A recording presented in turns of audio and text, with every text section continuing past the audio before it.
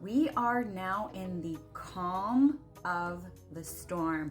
Our day after the total solar eclipse, there's going to be energies that are still present and pulling on you. So even though we're still in these energies of our new moon eclipse, we have our moon now in Taurus energy. So that's going to help stabilize all of the emotions and the energies that have been brought up. Same with our moon, also conjunct Mercury today. So that's going to be emotional clarity today. You're going to have a clear mind to think ahead. You're also going to have a lot of good bonding time today. This is a good day to bond with other people. So this is a good adjustment period for all of the energies that were thrown our way yesterday. And time might feel a little slower today, and we might feel a little bit heavy in the energies because we were in a tidal lock and now it is moving out of that system. But overall, there is a positive energy throughout the day today. And this is going to be helpful in making those changes and shifting our mood, because yesterday you might have felt weird. There might have been a lot of emotions that came up, a lot of sensitivity. People may have experienced bouts of like anger and rage, and they didn't know how to control it, and that's okay because these are just very intense energies, and it's more of a clearing. There's a big clearing there. This is a huge shift in consciousness, not only for yourself but the whole collective. So later in the day we can start contemplating a lot of these new changes that we want to have in our future, new adventures, shall we say. And this is going to build like such an excitement within you, especially because we have clarity and bonding today. We're going to feel a little bit more stabilized, even though we're still feeling those ascension symptoms. But yet again, this is a shift within consciousness. It's an energetic shift. Everybody thought the world was going to end yesterday, and they're like, oh, nothing happened. Energetically, everything happened, and we're already seeing the effects of the collective shifting the consciousness yet again, not only within yourself but everybody else. So there's going to be a lot of revolutions that come into play, a lot of innovations that are going to come into play, and a lot of conspiracy theories that are going to pop up that we're not really supposed to pay attention to, or at least give our energy to. It's very easy. We can keep that on the side over here and be aware of it, but don't really dive into it because it's really hard to use your discernment, especially when people fake a lot of footage. Kind of like the footage about seeing the moon during the eclipse. I was in the path of totality and I was looking at the sky the whole fucking day, and there was no moon present. And mind you, it's a new moon, so you wouldn't see it anyway. And if you were watching live, like I said, with Professor Nixie, and congratulations to him for having millions and millions of likes, 80,000 people, good for him. Same with Astro Aaron. These people, you could have seen this footage live. And if there were millions of people above, in airplanes and down below watching the whole thing, and only one or a couple people saw this moon, yeah, I'm sorry, no, use your discernment. We're smarter than that. Not saying anybody is wrong. There are timelines at play, so I guess there is that percentage that could be experiencing that other timeline. So the people that are on that 3D path, I guess, could have seen these type of things, but I feel like it was totally faked, and I feel like that's just my intuition, and my intuition is pretty spot on. I just don't play into the conspiracies. Right now is not the time for that, and it's too much. I don't know. I'm just gonna say I don't believe any of that shit. I don't feel right. My energy is not gravitating towards that at all. And I understand the model of flat Earth. It's not flat. I don't know why everybody's saying it's like flat. I think they're getting carried away yet again with the flat aspect.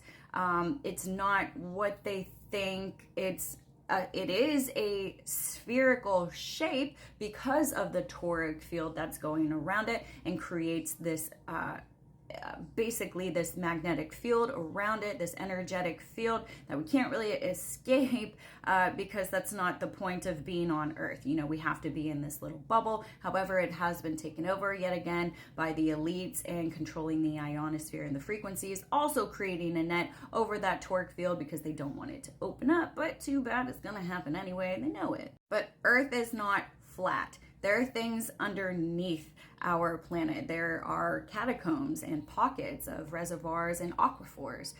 So there's a lot that people aren't really paying attention to. And yes, there are phantom dimensions. That's a real thing. There are higher dimensions. Yet again, that is a real thing. They are stacked on top of each other. I think I think they're just getting carried away with the whole aspect. That's not what we're supposed to focus on.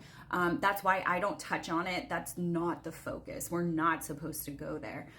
It's good to be educated about a lot of things, but yet again, use your discernment. Not everything that is put out there is the truth, or at least they just don't understand because they just don't understand, and that's just what it is, and that's okay. But anyway, let's get into the sun. Here is our sun today. So everybody was looking at the sun yesterday, directing their energy towards the sun, making a very large portal vortex. So everybody's energy, the collective energy, was right at this focal point. Now we have a couple of sunspots on our sun today. We have 6, and we have some potentials that have not been numbered. They may dissipate within the next 24 hours, so they're just going to wait on these. But we are going to take a look at, yet again, 3633 right over here, that is headed towards the middle of our sun. And this is what that region looks like, still in beta and gamma with a very small gamma component that is added in. Now it has went down in size. It is spreading apart. We have very low percentages of having C-class flares and M-class flares today. And here are the flares that we've had in the past 24 hours. Today we already had a C flare and very low B flares. Yesterday, very, very quiet into the B flare range, almost into C class, but not much going on. Again, we have a very slow week in energies as we accumulate and acclimate a lot of these solar eclipse energies. It's going to take a little bit of time to adjust to these newer frequencies. And we do have some larger sunspot regions that will be headed onto the limb of our sun here in about a week. They are slow moving, 3615. This time around, it looks very, very large. Is it complex? We're not really sure. We don't have too many satellites that are measuring this sunspot region, but it is going to be within a couple of days, 4 or 5 days. It will be on the eastern limb of our sun, and we'll be able to see what it really looks like. Our geomagnetic forecast,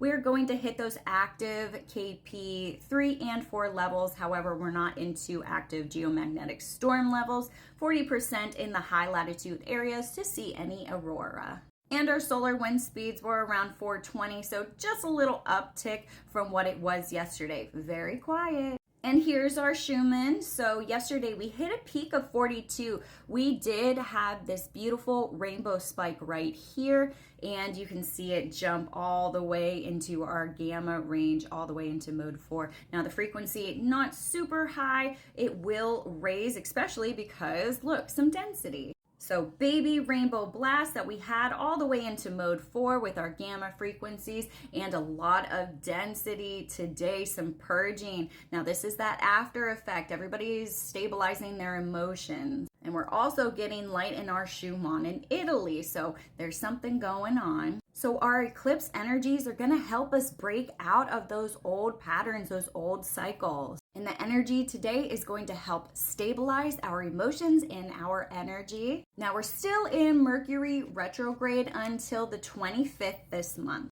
Up until that time, we're going to be processing emotions and feelings. This is either physically, mentally, spiritually, all the above. So this is a shift in consciousness, and we're going to see a lot of these aspects unfold, especially as we go more into June. And your job is to answer the call and to take action on whatever information is revealed to you, especially after Mercury goes direct. April is a highly energetic month, especially when we have our Jupiter-Uranus conjunction. This is going to come at 21 degrees in Taurus, and this is April 20th, and that's coming up. So hold on and process these energies. Love ya.